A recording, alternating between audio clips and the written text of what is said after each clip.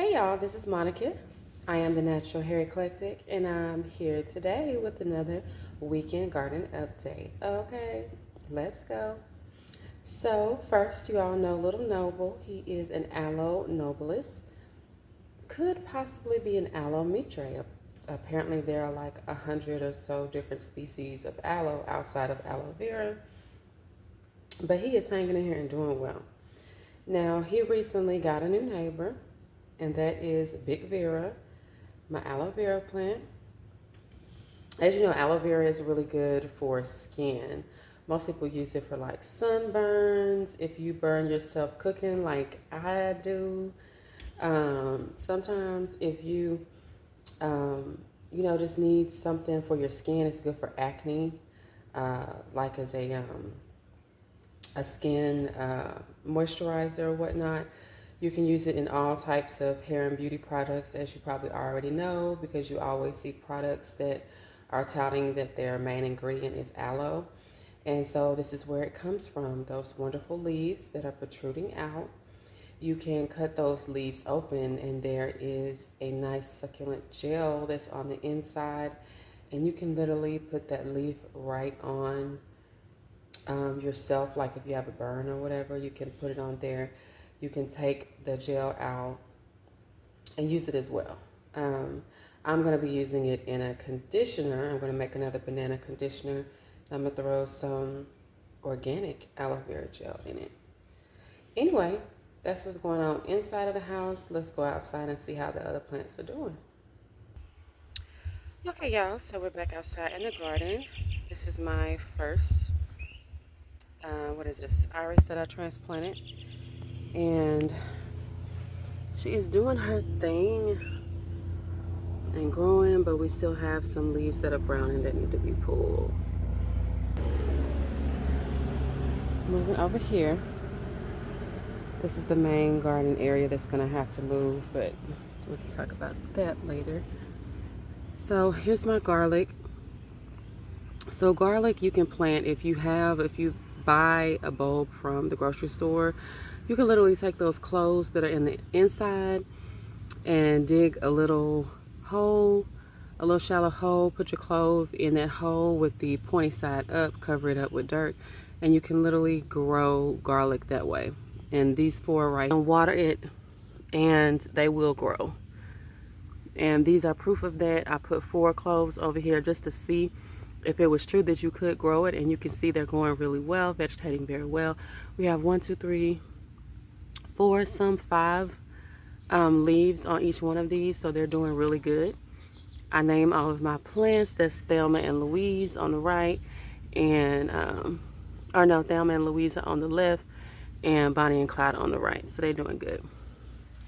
This is my lavender plant. It is so beautiful. I'm so glad that I took it outside and put it in a raised bed. It is really flourishing out here. The blooms are really starting to open up more. I don't really smell it that much, but you can definitely tell since the last time I recorded that the purple is so pretty, so beautiful.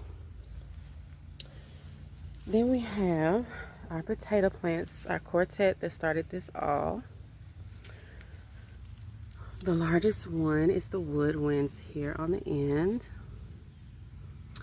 Then we have, who is this? This is the brass, the drums, and the strings. The strings are a miracle because they were not coming up. But it turns out there was some soil that was compacted on the top that was really hard, and the ceiling that was trying to come through couldn't get through because the soil was so hard it couldn't break through. So once I moved it around and saw it in there, it's just been flourishing ever since. So those are the potato plants. They take a while to grow, so it's all good. We did have one issue with some waterlogging, some yellow leaves on the bottom from it getting too much water from the rain. But that's just my fault for putting my garden kind of in the wrong place. Nothing I can do now because the plants are already in the ground. But once I harvest them, I'm either going to have to put some more raised beds on this side over here, or just move it all together, or a combination of both. Hell, I don't know. These are my onion plants, white, yellow. Literally also that I have from the grocery store. You can literally just take your grocery store onions, cut off the bottom part that has the root on it, sit it in some water, suspend it over a cup of water with just the root part hanging in the water until it starts growing white roots. And then you can take that and plant it in the ground and you will get new onions. This one right here, you can already see one stem coming up. This one over here, you can already see there's two coming up. So I'm gonna get at least 2 onions here, at least 1 there. This one not coming up yet, but we'll see. Here I've got my tomato plants. You can see it's doing really well. It's still kind of small, but it is growing fast as well. It's not at any point where it's going to start growing tomatoes anytime soon. Of course, that'll be later in the season, but it's doing really well. Here I have a little, very small compost pile that I need to turn over, but it's what it is. And this is the last iris plant that I transplanted, and it's looking really good as well.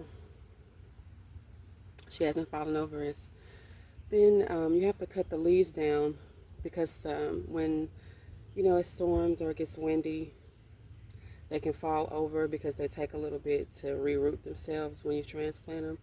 But they've been doing really well. It's stormed here and rained a lot, and they're still hanging in there, so it's all good. Anyway, that's what's been going on in the garden. I just need to find a new area to move it to. I've got some carrots, Denver carrots. These are all burpee. I'm going to plant those. My hesitation in planting those right now is that we do have a lot of rabbits in this area. So I've got to think about pest control before I plant them, and a new location, you know, lessons that you learn. So once I do that, I'm going to plant these carrots. I got the marigolds because they're supposed to be good. First of all, they're beautiful.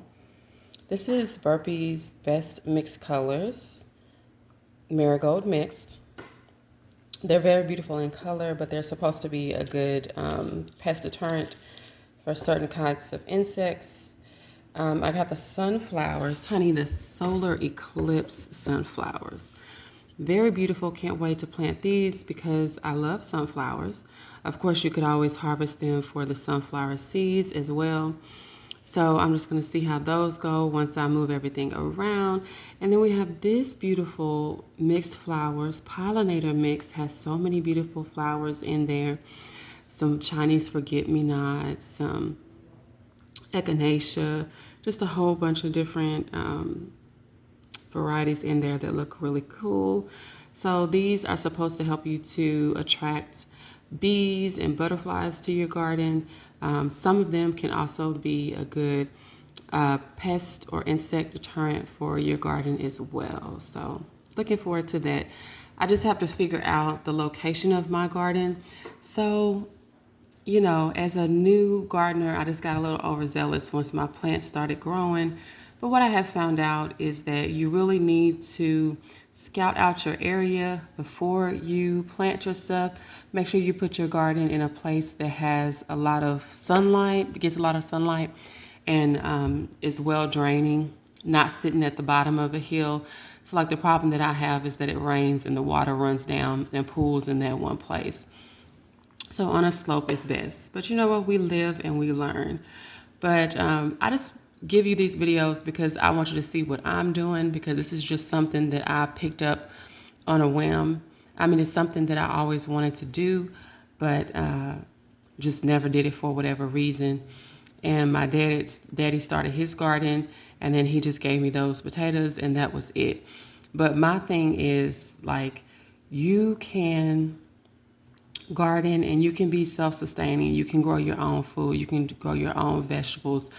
Number one, you grew it yourself. You know what's in it. you know what I'm saying? You don't have to worry about insecticides. You don't have to worry about GMO seeds. You don't have to worry about anything chemicals or foreign materials or things in your food. The only thing that's in there is what you put in it, right? Two is going to help you with your grocery bill. All of those plants that I planted is stuff that I eat on a regular basis, like the staples that I eat on a regular basis. So do you know how much money I will save just by growing my own onions, my own garlic, my own potatoes, right? Carrots, that stuff that is really staples in most people's households. And you can grow it from the actual plant itself and never have to purchase that plant again. You can just keep, as you grow new plants, you can just harvest those and use those to start growing new plants over and over again. Even when the weather changes, you could bring your stuff inside into your kitchen or your garage or whatever space that you have and keep growing and literally never have to worry about repurchasing those items from a grocery store again. So I just want to encourage everyone to start your own garden because it really is easy, it really is economical, and it really is healthier for you to do. Anyway, thank you all so much for tuning in. I just wanted to share the weekend garden update with you. And I will catch up to you all later. Bye, y'all.